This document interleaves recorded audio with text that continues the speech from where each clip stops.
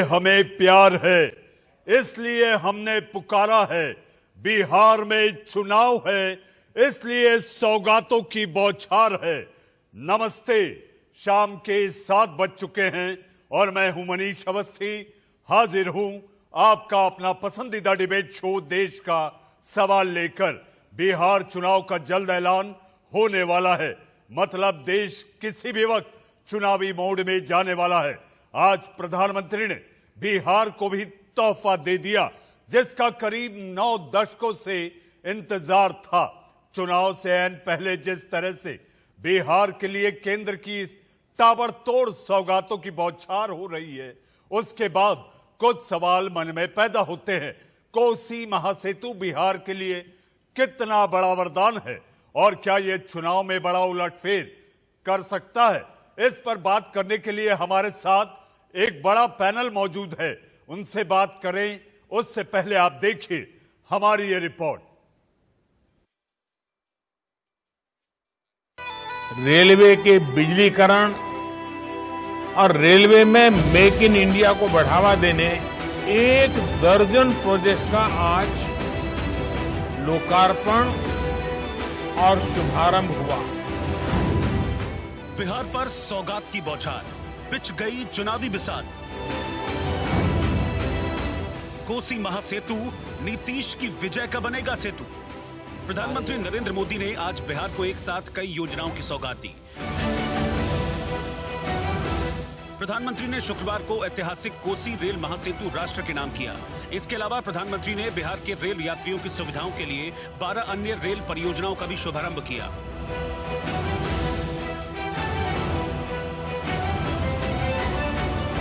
योजना का आगाज करते वक्त प्रधानमंत्री ने बताया कि कैसे ये परियोजना बिहार के लिए वरदान साबित होगी। 3000 करोड़ रुपए के इन प्रोजेक्ट से बिहार का रेल नेटवर्क तो सशक्त होगा ही, पश्चिम बंगाल और पूर्वी भारत की रेल कनेक्टिविटी भी मजबूत होगी। बिहार सहित पूर्वी भारत के करोड़ों रेल यात्रियों को मिलने जा रही इन नई और आधुनिक सुविधाओं के लिए मैं आज सबको बहुत बहुत बधाई देता हूं। बिहार में नदियों के विस्तार के कारण सूबे के अनेक हिस्से एक दूसरे से कटे हुए हैं। करीब करीब हर हिस्से के लोगों को एक बड़ी दिक्कत है, नदियों की वजह से होने वाला लंबा सफर। लेकिन कोसी महासेतु परियोजना के शुरू होने के बाद बिहार के लोगों को इस समस्या से अब 2-4 नहीं होना पड़ेगा। 4 वर्ष पहले उत्तर और दक्षिण बिहार को जोड़ने वाले 2 महासेतु, एक पटना में और दूसरा मुंगेर में शुरू किए गए थे। इन दोनों रेल पुलों के चालू हो जाने से उत्तर बिहार और दक्षिण बिहार के बीच लोगों का आना जाना आसान हुआ है। खासकर उत्तर बिहार के क्षेत्र जो दशकों से विकास से वंचित थे, उन्हें विकास के लिए नई गति मिली। बिहार को करीब 9 दशक से इस पुल का इंतजार था। भूकंप के कारण कोसी अंचल और मिथिलांचल जो दूर हो गए थे, वो अब पास आ गए हैं। मतलब बिहार वासियों को एक बड़ी खुशी हासिल हुई है। ऐसे में ये कहना गलत नहीं होगा कि अटल जी और नीतीश कुमार के जिस सपने के साकार होने की बात प्रधानमंत्री ने कही, वो चुनाव में एनडीए की जीत की गारंटी बनेगा। Bureau report, India news.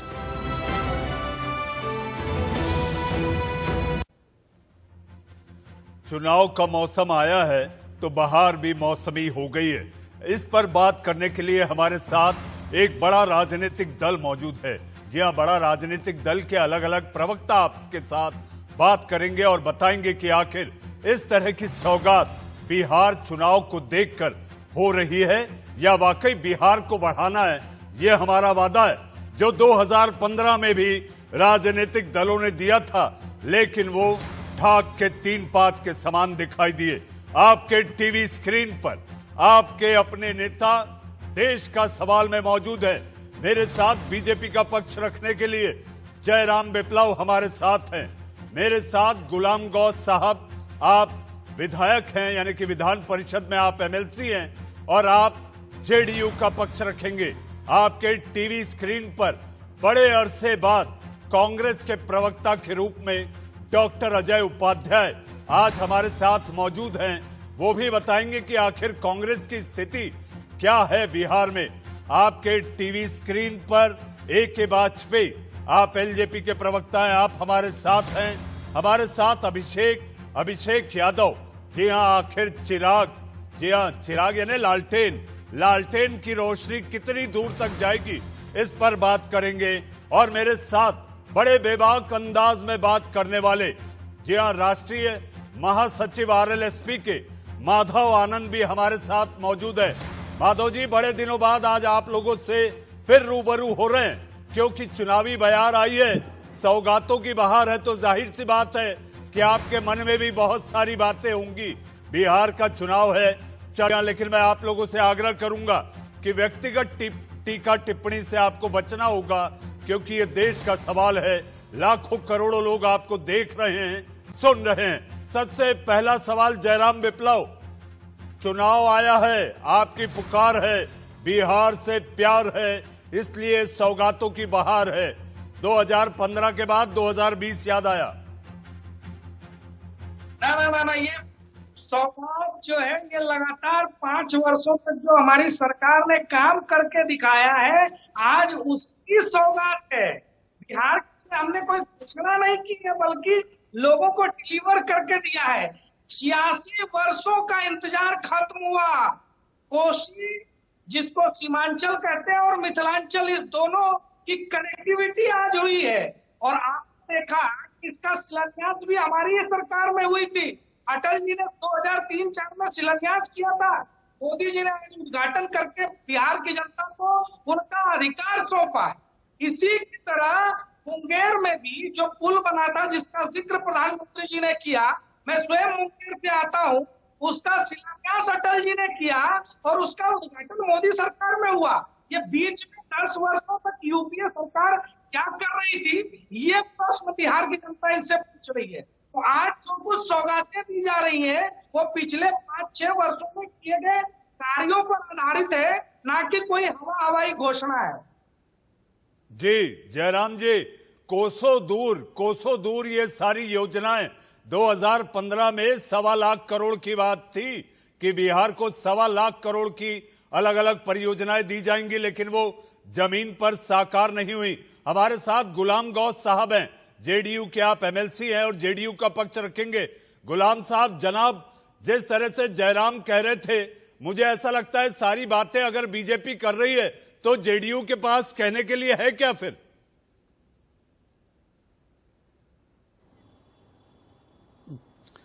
जनता को दिखाई पड़ रहा है। वैसे हम लोग का गठबंधन है, और जब से माननीय मुख्यमंत्री नीतीश कुमार जी सत्तासीन हुए, उन्होंने विकास का नारा दिया, न्याय के साथ विकास। और जनता देख रही है निरंतर कि सड़कें बनी हैं, बिजली की हालत सुधरी है, लॉ एंड ऑर्डर सुधरे हैं, आम जनमानस ने राहत महसूस किया है, हॉस्पिटल की स्थिति सुधरी है। और निश्चित रूप से माननीय मुख्यमंत्री जी के चेहरे पर ही बिहार का चुनाव लड़ा जाएगा। ये कई हमारे बीजेपी के नेता भी आए हैं, वो भी कह के, नड्डा जी आए थे, वो भी कह के गए हैं। इसलिए ऐसा कुछ नहीं है कि उनका और मेरा बटा हुआ है। 17 साल 18 साल का संबंध है, वो आगे भी चल रहा है। जी, आगे भी चल रहा है, लेकिन कितना लंबा चलेगा ये तो चुनाव के नतीजे बताएंगे, क्योंकि शपथ ग्रहण के दौरान नीतीश जी नाराज भी हो गए थे, अगर आपको याद होगा तो।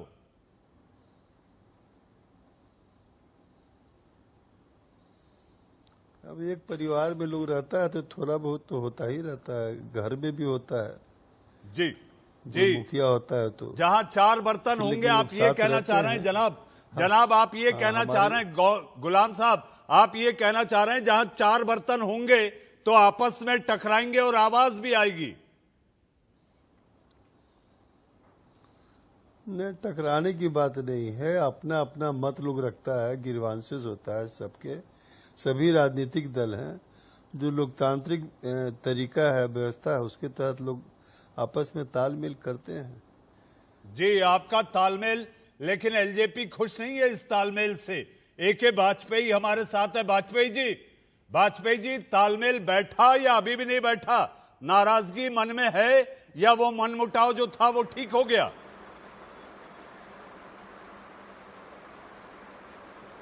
देखिए, ऐसा है, अभी ये जेडीयू के हमारे प्रवक्ता साहब ने बिल्कुल ठीक कहा है, और ऐसा है कि तालमेल हमारा पुराना बैठा हुआ है, आगे भी बैठा रहेगा।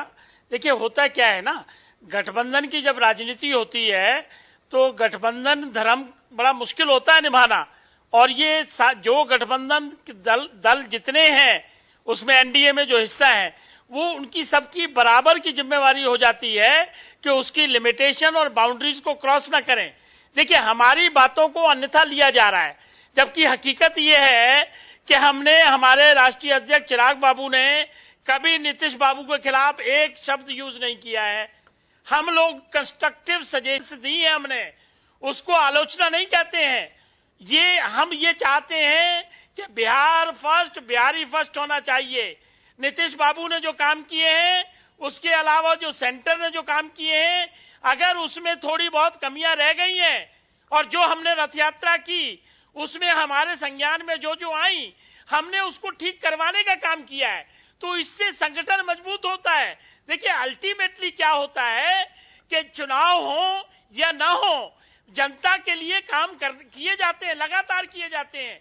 हाँ, चुनाव आने पर यह होता है कि उनकी समीक्षा की जाती है कि भाई हम कहां पहुंचे, हमने कितना काम किया, आगे हमको क्या विजन देना है। अब जैसे हमने विजन दिया बिहार फर्स्ट, बिहारी फर्स्ट, तो ये गठबंधन धर्म हो जाएगा बाकी दलों का कि हमारे इस विजन का सम्मान किया जाए और इसको कॉमन मिनिमम प्रोग्राम जो बनेगा उसमें लिया जाए। लेकिन इससे ये मतलब बिल्कुल नहीं होता कि बिहार में नीतीश सरकार ने काम नहीं किया है, ये मतलब बिल्कुल नहीं होता कि हम सरकार की आलोचना कर रहे हैं। इसको अगर विपक्षी दल सोचते हैं कि इससे उनको फायदा मिलेगा तो ये गलतफहमी में है। हम लोग एनडीए में इंटैक्ट हैं और पूरी ताकत से। वाजपेयी जी, आप लोग आपस में तय करिए, गलतफहमी आप लोग शुरू करते हैं, हम लोग तो केवल एक पत्रकार होने के नाते चीजों को देखते हैं और सामने समझते हैं और बताते हैं। वाजपेयी जी, मैं आपके पास आता हूं, माधव आनंद हमारे साथ है। माधव जी, 2015 से 2020 5 साल की खामोशी, फिर शोर आया है क्योंकि चुनाव भी साथ आया है। आप निश्चित रूप से देखिए, चुनाव के वक्त में ही सही माननीय प्रधानमंत्री जी को बिहार की याद आती है। बिहार की नहीं, उत्तरी बिहार, मिथिलांचल, तमाम अन्य जगहों की याद आ रही है। लेकिन कोई बात नहीं, चुनाव के वक्त में भी बिहार की याद आई और बिहार को जो सौगात मिला है, निश्चित रूप से आने वाले वक्त में बिहार को इसका लाभ मिलेगा, बिहार वासियों को इसका लाभ मिलेगा। लेकिन मैं एक बात मनीष भाई कहना चाहता हूं कि डबल इंजन की सरकार है और डबल इंजन की सरकार को अच्छी तरह पता है कि बिहार आज समस्याओं से ग्रसित प्रदेश बन गया है। इस समस्याओं से कैसे बिहार बाहर निकले, इसके लिए जो केंद्रीय योजना है, जो तमाम अन्य राज्यों को मिल रहा है, वो बिहार को भी दे रहे हैं। जब तक बिहार को एक विशेष आर्थिक पैकेज नहीं देंगे, बिहार का औद्योगिकीकरण कैसे होगा, इंडस्ट्रियलाइजेशन कैसे होगा, रोजगार सृजन पे कैसे काम होगा, कैसे जो है पलायन को रोका जा सकेगा। तो इन तमाम चीजों के लिए 5 वर्ष बीत गए, डबल इंजन की सरकार भी लगभग 2.5 साल 3 साल की हो गई, उसके बावजूद बिहार को विशेष आर्थिक पैकेज नहीं मिला। विशेष राज्य की बात तो छोड़ दीजिए, एक विशेष आर्थिक पैकेज भी नहीं मिला। तो मैं आपके चैनल के माध्यम से अभी भी आग्रह करता हूं कि बिहारियों की याद, बिहार वासियों की याद, बिहार की याद सिर्फ चुनाव के वक्त में मत कीजिए। आप चुनाव जीतने के बाद बिहार वासियों को भूल जाते हैं। आज हम सब लोगों ने देखा कि कोरोना के संकट की घड़ी है, बिहार किस तरह जूझ रहा है, सीमित संसाधनों वाला प्रदेश है और उसके बावजूद बाढ़ की विभीषिका को भी बिहार वासी झेल रहे हैं, तमाम तरह के समस्याओं से। और इलेक्शन भी बिहार में है और आने वाले 1 हफ्ते में इलेक्शन का नोटिफिकेशन भी आ जाएगा, तिथि निर्धारित हो जाएगी, सब कुछ हो जाएगी। जी माधव जी, ये शुरुआती पड़ाव है। ऐसे में मुझे सारे पैनलिस्ट और इतने कई महीनों बाद ये सारे चेहरे जो आमतौर पर दिखाई देते थे, आज वो देश का सवाल के मंच पे। डॉक्टर अजय उपाध्याय, सेतु बनने की बात तो हो गई, लेकिन आप कोसों दूर हैं जमीनी हकीकत से।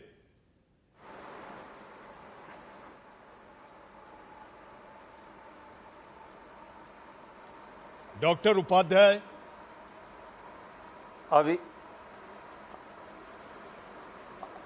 डॉक्टर अजय आपकी उपाध्याय, आवाज, हालांकि क्वेश्चन पूरा नहीं हुआ है, मुझे लगता है पुनः यदि जी एक बार पुनः रिपीट करें अपने प्रश्न को आप। जी डॉक्टर उपाध्याय, मेरा सवाल आपसे है कि आप लोग तो कोसों दूर हैं, कोसी पर सेतु बन रहा है, लेकिन जमीनी हकीकत से आपकी पार्टी कोसों दूर है बिहार में। नहीं, ये जो लोग भ्रांतियां पाल रखे हैं उनको उन भ्रांतियों को पाले रखने दीजिए। चुनाव का रिजल्ट बताएगा जनता किस तरह से, जब विधायक और एमपी जा रहे हैं इनके और मंत्री जा रहे हैं तो किस तरह स्वागत कर रही है बिहार की जनता।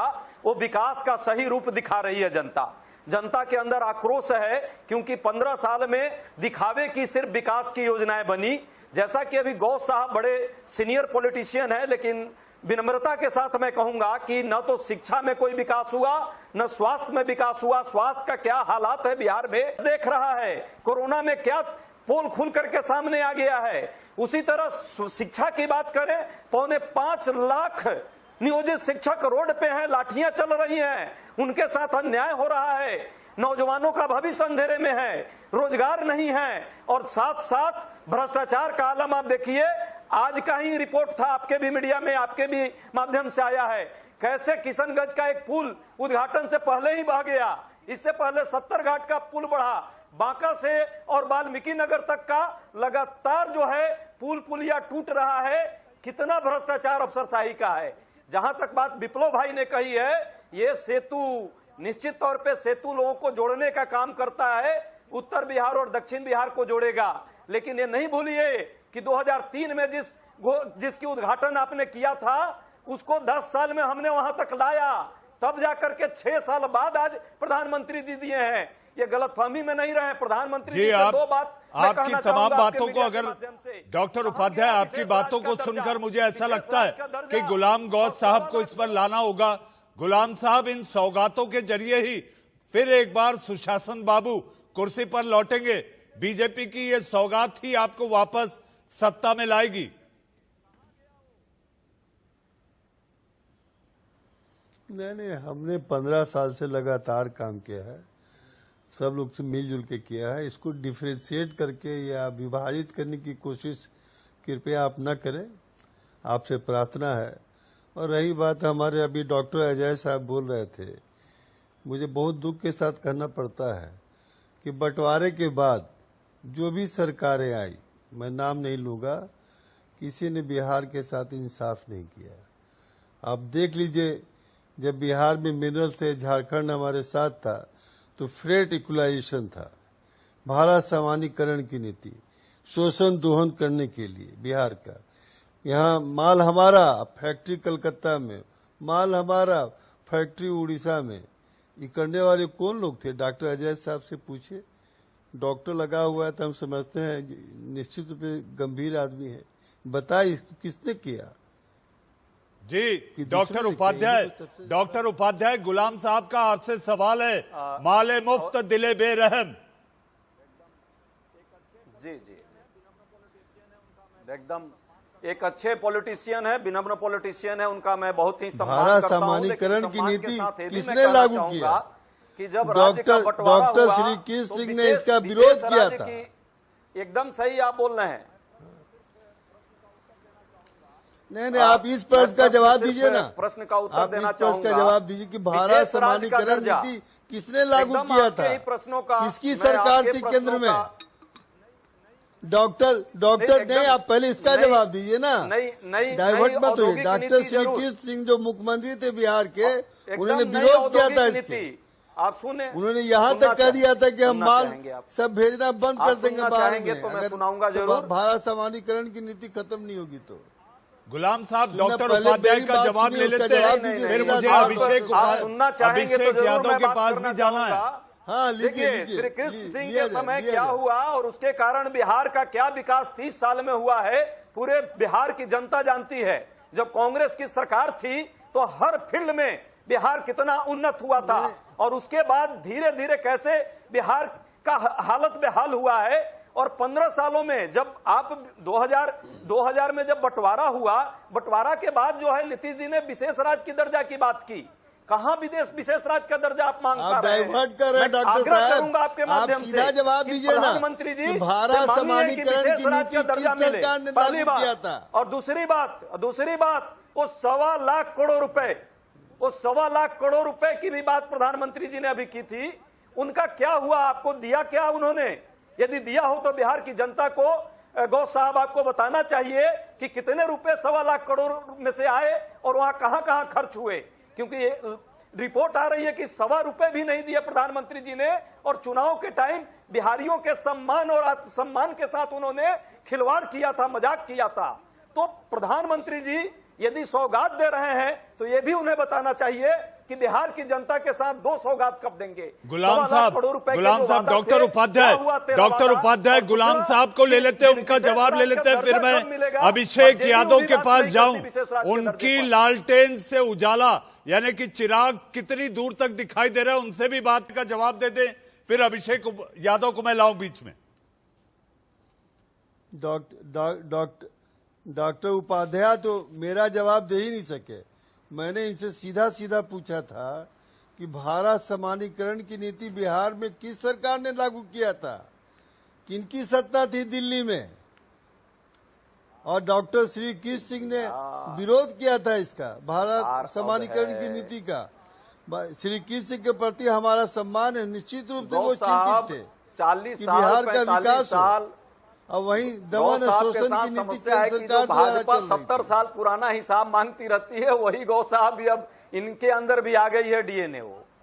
लेकिन सच्चाई ये है कि ये 15 साल में विकास का पैमाना जिसके लिए आप लोगों ने चुना, आप वैसे ही बात कर रहे हैं। मुझे लगता है कि उसका आपको हिसाब देना चाहिए। ये 30 साल और 70 साल पहले का हिसाब जो आप बोलते हैं, निश्चित रूप से हमको हिसाब मांगने का अधिकार है। बिहार में शिक्षा के क्षेत्र में, स्वास्थ्य के क्षेत्र में, रोजगार के क्षेत्र में जो हमने विकास किया, कांग्रेस की सरकार वो अपने आप में मापदंड है, मॉडल है। अजय जी, कोई भी एक मॉडल उठा ले, आप लोग अपना डंका, क्या हालत है? आप लोग अपना डंका पीट ले, लेकिन आपके नेता इस समय बिहार की धरती से, भारत से कोसों दूर बैठे। चुनाव अगर लड़ना है, नेता नदारद है। आऊंगा मैं आपके पास, हमारे साथ अभिषेक यादव है। ये मुद्दा नहीं है। अभिषेक यादव हमारे नेता बिहार के प्रदेश अध्यक्ष हैं, हमारे नेता मदन मोहन झा हैं बिहार में। अच्छा, दिल्ली के नेता आपके नेता नहीं है, जो निर्धारित करते हैं नीतियों को, उनके नेतृत्व में हो रहे हैं। ये बिहार का चुनाव है, देश का चुनाव नहीं है। डॉक्टर उपाध्याय मोदी जी देश का इतने महीनों बाद आए हो, जमीनी हकीकत तो समझ लो डॉक्टर उपाध्याय। हमने कभी ऐसा नहीं काम किया है। डॉक्टर उपाध्याय आ रहा हूं आपके पास। अभिषेक आपकी लालटेन टिमटिमा रही है या चिराग से पूरे बिहार को रोशन करेगी? क्या लालटेन टिमटिमाने वाली बात ही नहीं है। लालटेन पहले भी जली थी और अभी भी और तेज से जलेगी। इसमें नया रोशनी, नया चिराग, नया जोश युवाओं का भरा पड़ा हुआ है। इसीलिए लालटेन पूरी तरह से जलेगी। 200 से ज्यादा सीट हम लोग लाएंगे और पूरे जोश खरोश के साथ आएंगे। इनके जो ये चुनावी जुमला जो ये जयराम, आप मुस्कुराइए मत। जयराम, आप बड़े फूल के कुप्पा हो रहे हैं। जयराम, आप अभिषेक की बात सुनकर फूल कर कुप्पा हो रहे हैं। आता हूं मैं आपके पास। अभिषेक, आप अपनी बात पूरी करें। बातें कर रहे हैं। हेलो जी, आप अपनी बात पूरी करें। मैं कह रहा हूँ, ये जो चुनावी जुमला जो इन्होंने फेंकने का काम किया है, ये कोसी में, मुंगेर में, इनको बाढ़ की तबाही, बेरोजगारी, पलायन नहीं दिख रहा है, लग रहा है बिहार के लोगों को। बिहार के युवा इनको इस तरह से खदेड़ेगी, ये जिंदगी भर याद रखेंगे। जिस तरह से कोरोना में इन्होंने बिहार मजदूरों के साथ, युवाओं के साथ छल करने का काम किया है, बिहार की जनता इनको सबक सिखाने को तैयार है। इसीलिए ये मुगालते में ना रहे। ये जो अभी चुनावी जुमले ये फेंक रहे, कभी 1,20,000 करोड़ का, कभी ये उद्घाटन का, ये सब दिखावा है इनका, और जनता इस दिखावा को समझ चुकी है। अब इनको जवाब देने को तैयार है, और हमारा लालटेन पूरा बिहार में जलने के लिए तैयार है और पूरे जोश खरोश से जलेगा। नहीं तो इसमें तेज भी होगा और तेज प्रताप भी होगा, तेजस्वी भी होगा और तेज प्रताप भी होगा, ये कह रहे हैं आप? हेलो अभिषेक, आपको आवाज आ रही है? मेरा ये कहना है, आपकी इस लालटेन के उजाले के पीछे उसमें तेज भी होगा और तेज का प्रताप भी होगा। सब होगा, तेज भी होगा, तेज का प्रताप भी होगा, और अब ये लालटेन पूरे जोश खरोश के साथ जलेगा। मैं ये आपसे वादा कर रहा हूँ कि बिहार की जनता ने तय कर दिया है। जयराम मुगालता न पालें, आप मुगालता न पालें कि एनडीए फिर से सत्ता में लौट रही है। अभिषेक का आत्मविश्वास बताता है, 200 सीटों का दावा है, अभिषेक कर रहे हैं। जयराम। मनीष जी, मैं अभिषेक जी को भी जानता हूँ, हमारे पड़ोसी कई हैं, और से इन्होंने जितनी कोई दौरा नहीं किया है। मैं अभी बिहार से ही दिल्ली आया, 3-4 वापस बिहार जाने वाला हूँ, और ये 10 लाइन जो इनको पार्टी ने रटा दिया है कि लालटेन जलेगा, मुगालते में ना रहे, ये सब बोलने के बजाय इनको का सामना करना चाहिए। उनको हवा कह रहे हैं, वो हमारी सरकार में बना के जनता को समर्पित किया है। आज रेलवे के माध्यम से केवल 20 मिनट हो रही है, उसी प्रकार से कोसी पर पुल बन चुका है, उसका उद्घाटन हुआ है, वो सीमांचल को मिथिलांचल से जोड़ने वाला है। बिहार में आप बात कर रहे हैं शिक्षा के क्षेत्र में, अरे 35 इंजीनियरिंग कॉलेज हमारी सरकार में बने हैं।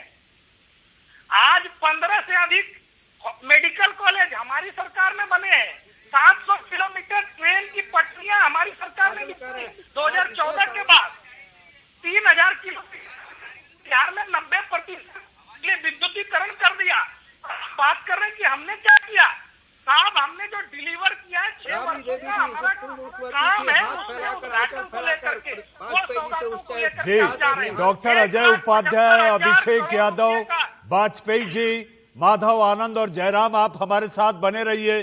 गौस साहब को जाना है, वो अभी केवल हमारे साथ ये 5 ही मेहमान रहेंगे, लेकिन आप लोग ध्यान रखिएगा कि आखिर जयराम ने जो जो बातें की हैं, आपके मन में ये जरूर चल रहा होगा कि छोटे से इंतजार के बाद आपका देश का सवाल में फिर एक बार स्वागत है। और हमारे साथ वो राजनीतिक मेहमान भी हमारे साथ बने हुए हैं। हमारे साथ आपके टीवी स्क्रीन पर माधव आनंद, डॉक्टर अजय उपाध्याय, अभिषेक यादव, और आपके साथ आप देख रहे हैं के वाजपेयी, एलजेपी के प्रवक्ता।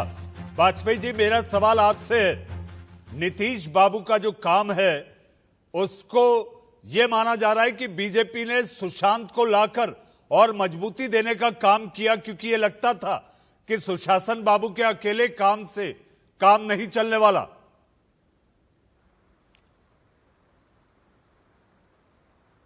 देखिए, ऐसा ना कहिए, सुशांत जो है वो कोई इलेक्शन का मुद्दा नहीं है। सुशांत हमारे परिवार का सुशांत के नाम से बीजेपी ने पोस्टर लगवा दिए हैं। वाजपेयी साहब, अगर सुशांत चुनाव का मुद्दा नहीं तो पोस्टर और होर्डिंग क्यों? बिल्कुल नहीं है भैया, बीजेपी ने नहीं लगवाया पोस्टर। जहां तक हमारी जानकारी है, बीजेपी ने कोई पोस्टर नहीं लगवाया। उनकी कोई एक एसोसिएट एनजीओ है, उसने इस तरह के पोस्टरबाजी की है। लेकिन as far as we are concern, हमारी परिवार का हिस्सा था सुशांत, और वो मुद्दा बिल्कुल नहीं है। और दूसरी बात यह है कि चुनाव कभी भी एक मुद्दे पे नहीं लड़ा जा सकता है। देखिए, तीनों घटक दल जो हैं, बीजेपी, जेडीयू, एलजेपी, विकास की बात कर रहे हैं। सब अपने काम गिनाए जा रहे हैं, राज्य के काम गिनाए जा रहे हैं, सेंटर के काम गिनाए जा रहे हैं, और जो हमारा विजन है उसको हम गिनाने जा रहे हैं, और जो हमको सजेशन देनी है वो हम देते जा। देखिए, अगर कंपेयर करना है तो 15 साल वर्सेस 15 साल से कंपेयर करिए, और आप इस नतीजे पे पहुंचेंगे कि वाकई विकास हुआ है, कि सेंटर ने जितना विकास किया है, कमी नीतीश कुमार ने भी छोड़ी नहीं है। लेकिन जितना होना चाहिए था उतना नहीं हुआ है, इसीलिए हमारी पार्टी बार बार कंस्ट्रक्टिव सजेशन देने का काम करता है, और इस बार इंश्योर होगा। आपसे निवेदन करता हूं कि 2015 में जो 1.25 लाख करोड़ के करीब जो बात हुई थी कि ये परियोजनाएं आई हैं, उसका कितना रुपया आया है, क्या आप बता सकते हैं? अरे पूरा 1.25 लाख आया। देखिए, 53,000 करोड़ के जो प्रोजेक्ट हैं, जब ये पटना यूनिवर्सिटी का फंक्शन हुआ था दिसंबर 2019 में, 53,000 करोड़ के प्रोजेक्ट बकायदा एक एक गिनाए थे, जो कि सेंटर के फंड से बने थे। 1.25 लाख करोड़ में उस वक्त 53,000 करोड़ के जो कंप्लीट होने के कगार पे थे। जैसे कि 11 सीवरेज प्रोजेक्ट थे, माधव आनंद, माधव आनंद, 1-1 रुपया आया है। माधव जी, आपको आपत्ति थी कि पैसा नहीं आया, पूरा 1-1 रुपया आया है, वाजपेयी जी कह रहे हैं। माधव आनंद, बाकायदा पूरी लिस्ट है, ये भी देख सकते हैं। माधव आनंद, अरे मनीष जी, अरे वाजपेयी जी बड़े भाई हैं। वाजपेयी जी आंकड़ों में बीजेपी के साथ रहते हुए भी आंकड़ों में खेलना सीख लिए हैं। और मैं यहाँ आवाज आ गई, मैं आपके क्वेश्चन को सुन लिया। मैं कह रहा हूँ कि वाजपेयी जी भी बीजेपी के साथ रह के आंकड़ों की बाजीगरी जो होती है उसमें वो भी निपुण हो चुके हैं। जहां तक बिहार की समस्या की बात है, चिराग बाबू तो खुद एक पोल खोलने का काम कर रहे हैं। माननीय चिराग पासवान जी का पिछले 3 महीने में आप स्टेटमेंट देख लीजिए। बिहार सरकार पे डायरेक्टली माननीय नीतीश कुमार जी पे उन्होंने कितना करारा अटैक किया है, चाहे वो पलायन का मुद्दा हो या रोजगार सृजन का मुद्दा हो या बाढ़ की विभीषिका का मुद्दा हो या कोरोना के संक्रमण को रोकने में बिहार की विफलता की बात हो। तो आज वाजपेयी जी बड़ी प्रशंसा कर रहे हैं। लगता है इन लोगों की बात बन गई इसलिए आज प्रशंसा कर रहे हैं, लेकिन बिहार की वास्तविकता क्या है बिहार से वो भी आते हैं, उनको पता है। माधव जी, तमाम रिपोर्ट की माधव जी बात बन गई, माधव जी बात बन गई, बात बनी या नहीं बनी, मुझे तो तेरी लत लग गई। जो नीति आयोग और यूनाइटेड नेशन तैयार करता है, आप उस रिपोर्ट को पढ़ लीजिए। शिक्षा, स्वास्थ्य, पर्यावरण, सारे क्षेत्रों में बिहार फिसड्डी साबित जयराम नीतीश के अकेले कामों में, सुशासन बाबू के अकेले कामों के भरोसे नहीं हो सकता, तो इसलिए आप लोगों ने सौगात की बौछार ला दी। 15 सितंबर 901 करोड़, 13 सितंबर 541 करोड़, 18 सितंबर 516 करोड़। अब और कितना बाकी है 23 सितंबर के लिए? पैसा कहाँ गया मनीष जी, पैसा कहाँ गया, यही तो मैं जानना चाहता हूँ। 1 करोड़ रुपए की आपने बात कर दी। आपको एक चीज सुनिए, आपको एक चीज समझने की जरूरत है। जितनी केंद्रीय योजनाएं बिहार में चल रही है वो तमाम अन्य प्रदेशों को भी वो योजनाएं वहाँ अन्य प्रदेशों को भी लाभ मिलता है। बिहार के लिए कोई स्पेशल परियोजनाएं केंद्र सरकार ने नहीं की है। चाहे कोई भी परियोजना की बात कर रहे हैं, जब हम सब लोग चाहे एनडीए की बात करें या महागठबंधन की बात करें, हम सब लोगों ने कहा कि बिहार जो है एक सीमित संसाधनों वाला प्रदेश है। वहाँ की जो भौगोलिक स्थिति है, भौगोलिक स्थिति को देखते हुए बिहार को विशेष आर्थिक पैकेज की जरूरत है। अगर आप विशेष राज्य का दर्जा नहीं दे सकते तो विशेष आर्थिक पैकेज देने का काम कीजिए। आश्वासन भी दिया था, विधानसभा में सर्वसम्मति से पारित भी हुआ था। माननीय मुख्यमंत्री जी ने पारित करवा के जयराम माधव आनंद, मैं ए.के. वाजपेयी जी को बताना चाहता हूं। ए.के. वाजपेयी जी से जो मेरा सवाल था, न केवल कामों के भरोसे विश्वास नहीं था। डॉक्टर उपाध्याय, मैं ए.के. वाजपेयी जी आपको ये पोस्टर दिखा रहा हूं। ये देखिए, सुशांत का ये पोस्टर है जो बीजेपी के कला प्रकोष्ठ से बनाया गया है। इसमें बाकायदा कमल का फूल है और इसमें कहा गया है ना भूले हैं ना भूलने देंगे। ये देखिए वाजपेयी जी, अगर आप टीवी देख रहे हैं तो ये इस समय पोस्टर, आपने जो कहा कि आपको इसकी जानकारी नहीं, मैं आपको बता रहा हूं। डॉक्टर उपाध्याय काम के भरोसे नहीं। अवस्थी साहब, मैंने साथ में ये भी कहा कि चुनाव खाली एक मुद्दे पे नहीं लड़ा जाता है। चुनाव के लिए जब तक आप काम नहीं गिनाएंगे तब तक जनता आपको वोट नहीं देगी। ये भावनात्मक डॉक्टर उपाध्याय, मैंने तो केवल आपको बताया कि पोस्टर क्या है। वाजपेयी साहब, हमारे परिवार का सदस्य है। वाजपेयी साहब, मैंने तो आपको पोस्टर दिखाया। डॉक्टर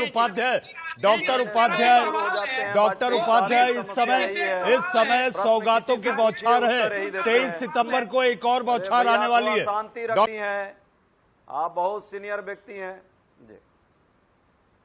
डॉक्टर उपाध्याय, प्रश्न करूं क्या आपसे? 2004 से 2014 तक आप केंद्र में सरकार थी। देखिए, आप जो प्रश्नों का थोड़ा सा कंफ्यूजन है, लेकिन मैं एक बात जरूर कहूंगा। वाजपेयी जी बार बार चिल्ला रहे हैं नॉन स्टॉप। अरे भैया, विकास क्या हुआ बिहार में? बिहार को विनाश के और गर्द के कगार पर पहुंचा दिया। जब कोई विकास का एजेंडा नहीं है तब लाशों पर और भावनाओं पर आप लोग राजनीति करना चाहते हैं। एक होनहार व्यक्ति सुशांत सिंह राजपूत थे, हम लोग के लिए एक नौजवान थे, बिहार के देश के नौजवान हैं, उनके साथ न्याय हो। लेकिन आप लोग सियासत करते हैं, सिर्फ आपको सिर्फ चाहते हैं कि भावनाओं को खेला जाए, भावनाओं से सिर्फ लाशों पर राजनीति हो। ये आपकी पुरानी आदत है। जयराम डॉक्टर अजय उपाध्याय, अभिषेक यादव के पास आखिरी सवाल के लिए मुझे जाना होगा। अभिषेक तेज प्रताप की घुड़सवारी कैसी चल रही है? चुनाव की सवारी में क्या वो अपने भाई के साथ लालटेन पकड़कर खड़े रहेंगे? बिल्कुल लालटेन पकड़ के खड़े हैं और खड़े रहेंगे। बिहार में लालटेन जलेगा। ये लोग का जो झूठा जुमला वादा है, ये कोसी सीमांचल की जनता भी समझ रही है। जिस तरह से बेरोजगारी बढ़ रही है, पलायन बढ़ रहा है, बेरोजगार लोग युवा बढ़ रहे हैं, कोरोना किस तरह से संक्रमण बढ़ रहा है। आज WHO ने भी चेताया है बिहार को कि आप चेत जाइए किस तरह से बिहार में संक्रमण बढ़ रहा है। इनको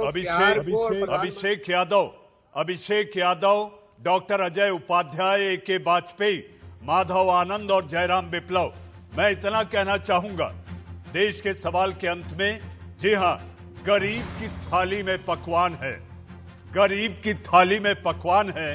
किसी ने कहा है चुनाव का आना है, अब वक्त हो चला है।